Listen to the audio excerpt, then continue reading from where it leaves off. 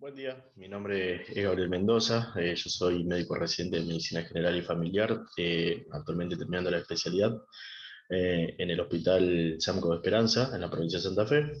Y bueno, fui convocado por los chicos de emergentología para poder dar algunos aspectos en cuanto al manejo en urgencia de vía aérea en pacientes pediátricos. En la próxima clase vamos a dar RCP neonatal y RCP en pacientes pediátricos, ¿sí? Esta primera etapa, en esta primera clase, vamos a hablar sobre el manejo de la vía aérea en un paciente pediátrico. Vamos a hacer hincapié en cuestiones prácticas, en cuestiones eh, básicas respecto a, en primera instancia, lo que son las diferencias anatómicas respecto a un paciente adulto. Vamos a hablar sobre las reglas, si existen o no existen reglas, para predecir lo que es la vía aérea dificultosa y los mecanismos o los distintos mecanismos de ventilación que tenemos, ¿sí? En primera instancia dijimos que vamos a hablar sobre las diferencias anatómicas. Tenemos que tener en cuenta que hay distintos tipos de diferencias respecto a la vía aérea de un paciente pediátrico a un paciente adulto.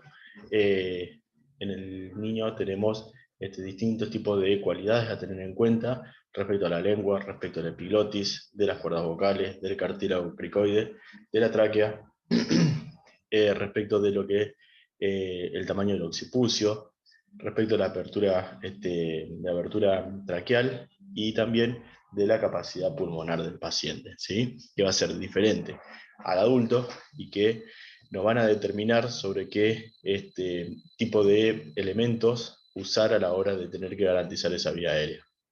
Respecto a la lengua, tenemos que tener en cuenta que la lengua es un tanto más larga en proporción a lo que es la cavidad bucal del paciente, la epiglotis, por lo general está más floja, tiene una forma de invertida, una forma de omega, como estamos viendo acá en la imagen de abajo. Respecto a las cuerdas vocales, en el paciente pediátrico tienen otro tipo de orientación, tienen por lo general una orientación hacia arriba, lo que es en el adulto por lo general está un poco más horizontalizada. Respecto al cartílago cricoides, es la parte más estrecha en el paciente pediátrico, no así en el paciente adulto, donde la parte más estrecha está situada a nivel de las cuerdas vocales, ¿sí? Y la tráquea es un poco más estrecha y menos rígida en el paciente pediátrico por la estructura que tiene, ¿sí? El occipucio, como les había nombrado anteriormente, también es un tanto más grande en el paciente pediátrico lactante. A medida que va creciendo, el occipucio es un poco más chico o se asemeja mucho al del paciente adulto, donde, bueno, también tenemos distintas técnicas como para poder alinear unos ejes, que es lo que vamos a hablar en la siguiente diapositiva. Otra cosita a tener en cuenta respecto a la diferencia eh, que hay en un chico y un paciente adulto es el tema de las amígdalas, de las glándulas, de las adenoides, que son mucho más grandes, ¿sí? Y respecto a la capacidad pulmonar del chico es mucho menor, ¿sí? El consumo basal de oxígeno en el paciente pediátrico es mayor, ¿sí? Y la capacidad pulmonar es menor, por lo tanto, la desaturación en un paciente pediátrico va a ser mucho más pronunciada que en un paciente adulto, ¿sí? Bien, respecto a la posición de la cabeza, lo que procuramos es la alineación de tres ejes, ¿sí? Un eje oral, un eje faríngeo y un eje laríngeo, a modo de poder permeabilizar la vía aérea y garantizar una buena oxigenación y ventilación. Tenemos que tener en cuenta que, dependiendo de la edad del paciente, lo que les decía anteriormente, el occipucio es un tanto más grande, por lo que nos va a modificar y nos va a obligar a tener que adoptar distintas técnicas para poder justamente alinear esos ejes de los cuales hablábamos, de modo de que podamos permeabilizar la vía aérea, ¿sí? Entonces, en un paciente pediátrico lactante, por lo general, el occipucio que es más pronunciado, debemos colocar algún tipo de manta o de toalla debajo de los hombros a fin de poder alinear esos ejes, de modo que la oreja quede anterior a lo que es el hombro. Y en un paciente pediátrico un poco más grande, la toalla se debe colocar a nivel justamente del occipucio para garantizar esa alineación. En cuanto a los predictores de la vía aérea o de vía aérea difícil, nos preguntamos acá si existen reglas que no definan o no dejen predecir si la vía aérea va a ser difícil. Un concepto importante que tiene que quedar claro es que en la urgencia todas las vías aéreas son difíciles, son complicadas. En un paciente pediátrico, aún más por las dificultades, por la poca experiencia que habitualmente se tiene en el manejo de este tipo de pacientes. No hay reglas definidas, validadas, para predecir justamente de si es una vía aérea difícil o no.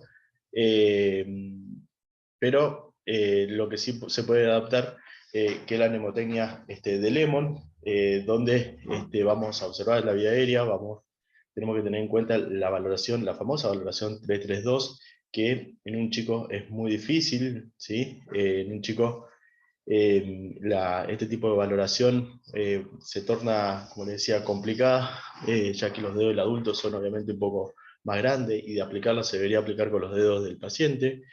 Después tenemos lo que es el Malampati, que tiene datos bastante contradictorios en realidad, por lo cual en la urgencia tampoco se termina de usar, por principalmente la falta de cooperación del paciente, y más en lo que es la urgencia.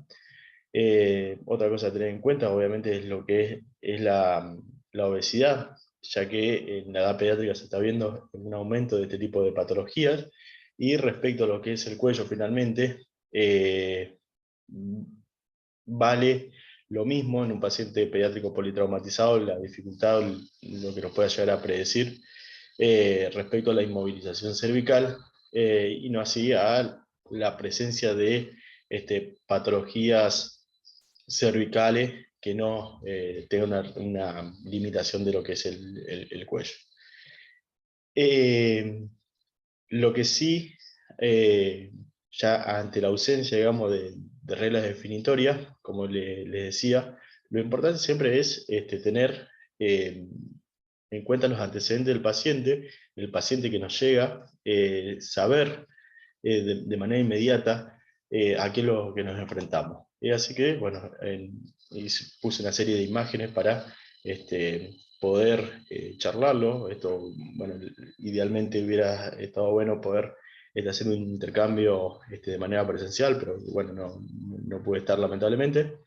No es lo mismo tener un paciente que como antecedente ya tuvo un manejo avanzado de vía aérea, ¿sí? Un paciente que es menor de un año por la complicación del manejo de la vía, un paciente que tiene algún tipo de malformación congénita a nivel de lo que es toda la cuestión facial, paciente que vienen ya con problemas respiratorios, que tienen problemas de hiperreactividad bronquial principalmente.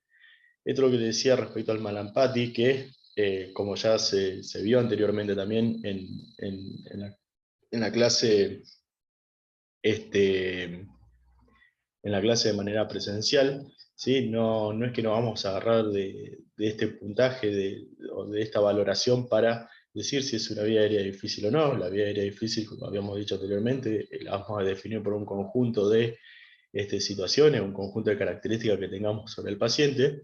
Pero bueno, suma más allá de los resultados contradictorios que tengamos, en un paciente que nos colabore y que tengamos la posibilidad de hacerlo, no va a sumar. Bueno, y esta imagen lo que yo intentaba representar era un chico sano versus a un paciente con el resto de los antecedentes. No vamos a poder diferenciar o vamos a poder hacer hincapié en esto de lo que hablamos recién, de si es un predictor de vía aérea dificultosa o no, ¿sí? Bien. En cuanto a los dispositivos de ventilación, ¿sí? Ya un poco se estuvieron charlando respecto a este tipo de dispositivos. Bueno, tenemos varios elementos, ¿sí? La cánula orofaringia, la bolsa válvula máscara, la máscara laringia, la intubación orotraqueal como los 4 pilares principales, ¿sí? En cuanto a la cánula orofaringea, ¿sí? Lo que buscamos con la cánula es poder proteger, poder permeabilizar lo que es la vía aérea cuando las medidas de reposición no sean suficientes, esas medidas de las que hablábamos anteriormente, donde tratamos de tratar de alinear los tres ejes que decíamos, ¿sí? Siempre se debe procurar que usarla cuando, se debe procurar no, debemos usarla cuando tenemos un paciente inconsciente y que no tengamos los métodos que nos garanticen la permeabilidad de la vía aérea, ya que podemos decaer el reflejo del vómito, ¿sí? Y lo importante siempre es medirla, ¿sí? Que, bueno, ya la estuvieron viendo, la mayoría saben cómo se mide, pero bueno, vamos a repasar ahora el cómo hacerlo, ¿sí? Distintos tipos de cánulas, estos tamaños, ¿sí? Lo importante acá, en cuanto a la medida, ¿sí? Que tiene que ir de lo que es la comisura de la boca a el ángulo de la mandíbula, ¿sí? Importante que elijamos el tamaño correcto, ya que una cánula que sea un tanto más larga o un tanto más corta, ¿sí? Nos puede llegar a generar una obstrucción de la vía. Bueno, es importante, como les decía, esto de medirla y usar la cánula correcta, y además la cánula lo que nos va a permitir es justamente generar una estructura, una especie de túnel que nos comunique la boca, en la parte externa, con la región de la vía aérea, ¿sí? Y por lo tanto muchas veces es útil combinarlo con otro tipo de ventilación, de dispositivo para la ventilación. Por ejemplo, con una bolsa válvula máscara, ¿sí? Donde es necesario que el paciente esté acostado en posición de olfateo, ¿sí? Que es lo que nombramos anteriormente respecto de el posicionamiento de la cabeza. Y hay dos técnicas para realizarlo, ¿sí? Una de las técnicas es la que constituye un solo operario, ¿sí? Esta es la imagen, la que constituye un solo operario, ¿sí? Con la técnica TCE o en CE, ¿sí? Donde la máscara que tiene que cubrir lo que es nariz, boca y mentón, ¿sí? Lo cura de forma hermética, rodeando parte de la máscara, ¿sí? Con el dedo pulgar y el dedo índice, ejerciendo cierta presión hacia abajo sin flexionar la cabeza, que es uno de los errores inclusive más frecuentes y que no permiten una buena ventilación. Y con los dedos, los tres dedos restantes, colocarlos en lo que es el ángulo en lo que es la rama de la mandíbula, ¿sí? Intentando traccionar hacia arriba para poder permeabilizarla mejor. La otra de las técnicas es con dos operarios, ¿sí? Donde uno de los operarios se va a abocar a,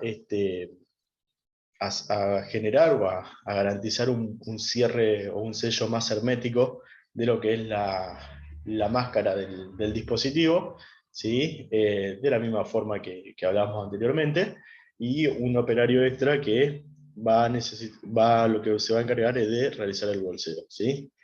Otra de los errores frecuentes que se tiene en cuenta o que se ha observado es en cuanto a lo que es el bolseo, ¿sí? Siempre tenemos que tener en cuenta la máscara que tenemos, que estamos utilizando, ¿sí?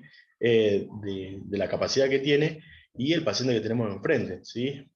Por ahí si tenemos una bolsa que tiene una capacidad de 2000 mililitros, apretarla entera en un paciente neonato le vamos a estar aportando muchísimo más, le vamos a estar aportando una ventilación excesiva, ¿sí? Corriendo riesgo de generar algún tipo de lesión. Por eso es que hay muchas que tienen lo que es el, el dispositivo, tienen la válvula, ¿sí? Que se debiera ajustar según los milímetros, los centímetros de agua, para poder justamente evitar generar algún trauma y demás, ¿sí?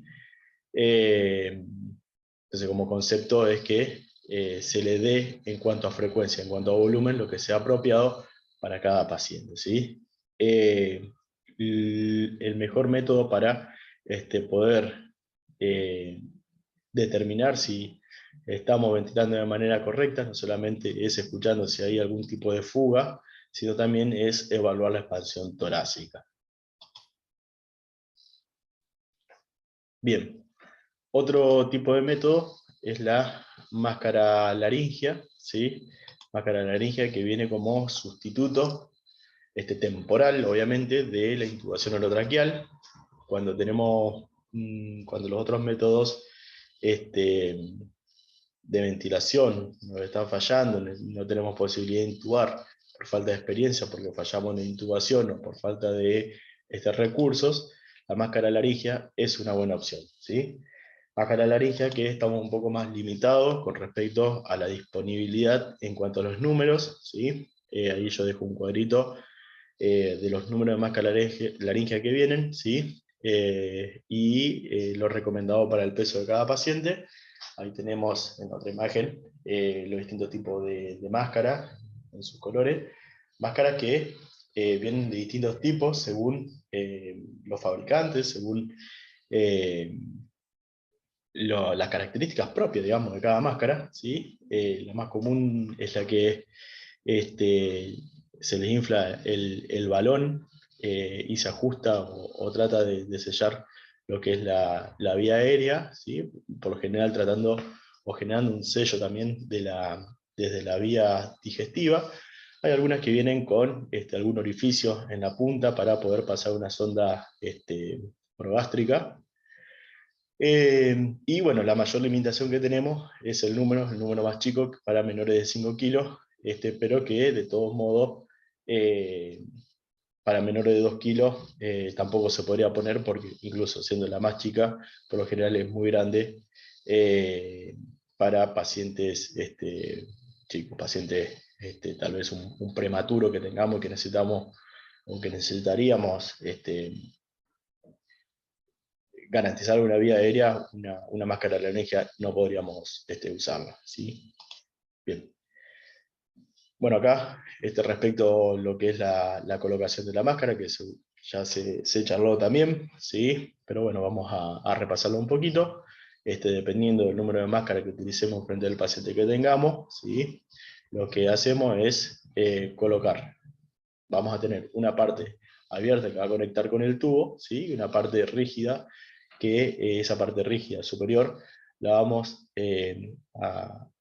a entrar en contacto con lo que es el paladar duro, ¿sí?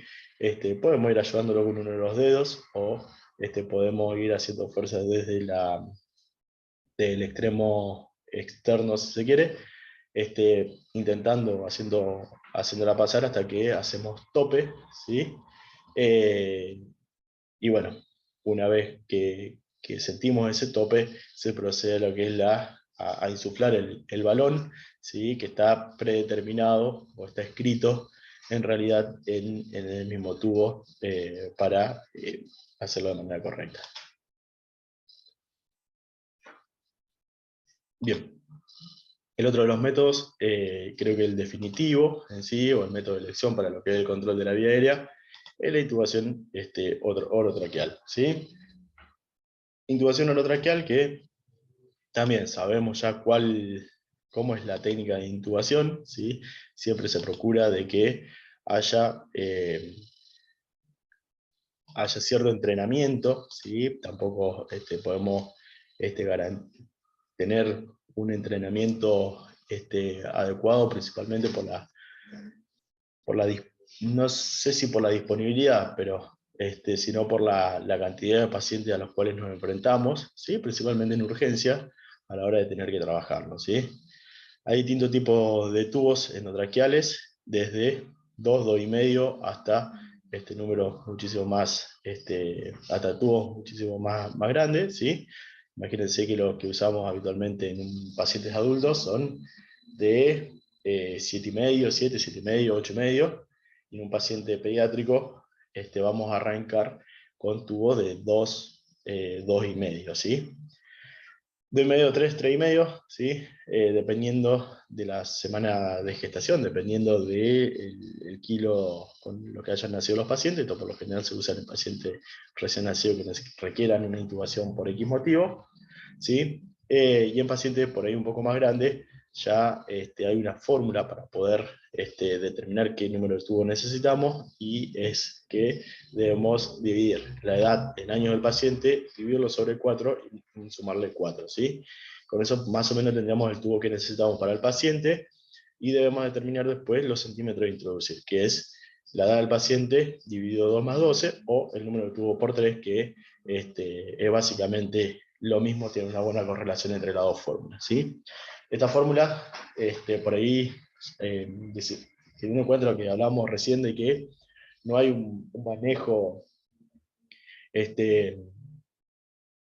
no es lo más frecuente manejar un paciente pediátrico, esta fórmula sería bastante prudente, o sería bastante práctico tenerlas anotadas, tal vez en el carro de paro, ¿no es cierto?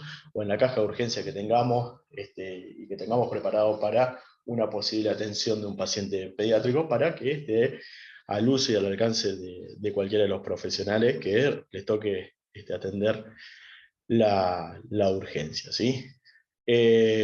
Respecto a la rama del laringoscopio, ¿sí? Este es otro de los puntos importantes, ¿sí?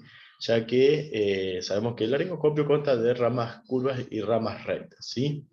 Las ramas rectas, por lo general, se prefieren en pacientes pediátricos y pacientes, principalmente antes de los 3 años, siempre se prefiere la rama recta, ¿sí? Por una cuestión, o por cuestiones anatómicas de las que hablábamos hoy al principio de la charla, al principio de la presentación. Tiene que ver porque las ramas rectas, por lo general, van a levantar mejor lo que es, van a levantar de manera directa, en realidad, lo que es la epiglotis, al comprimir lo que es el ligamento ioepiglótico, disculpen, en la vallécula, y va a permitir también generar una mejor visualización de la vía aérea al poder levantar mejor la lengua y la mandíbula, ¿sí? Por eso que, bueno, justamente se prefiere la rama recta a la rama curva, porque ya que con la rama curva en realidad no vamos a poder conseguir esta acción, ¿sí? Por último,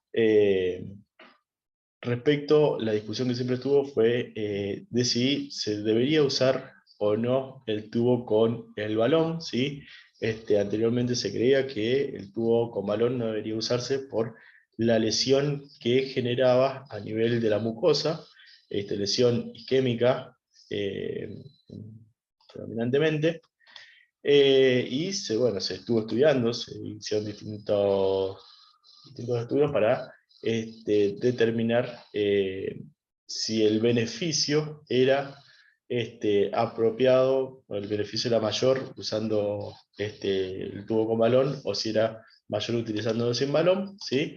Lo que se vio es que los tubos con balón tenían una menor fuga de aire y evitaba una aspiración del contenido gástrico, y tenía menos necesidad de cambiar el tubo. El riesgo de lesión mucosa era el mismo, y estaba directamente relacionado con la presión de insuflado, ¿sí? Entonces se recomienda que la presión de insuflación no sea mayor de 20 centímetros de agua, ¿sí? O sea, apropiado cada vez que se tuvo un paciente poder medir la presión con la que se insufló el balón.